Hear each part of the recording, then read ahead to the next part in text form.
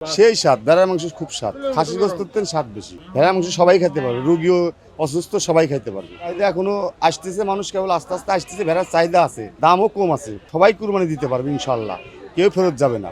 দাম মনে করেন আপনার এই একটা 20,000 আছে, 30,000 আছে, 35,000 আছে, 40,000 আছে। সর্বোচ্চ কত?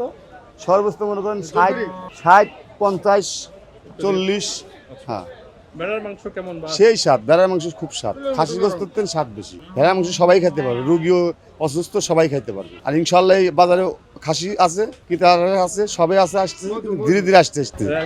ছাগলের তুলনায় খাসি ভেড়ার চাহিদা কেমন? ভেড়ার চাহিদা বেশি, শখ করে ভেড়ার বেশি চাহিদা।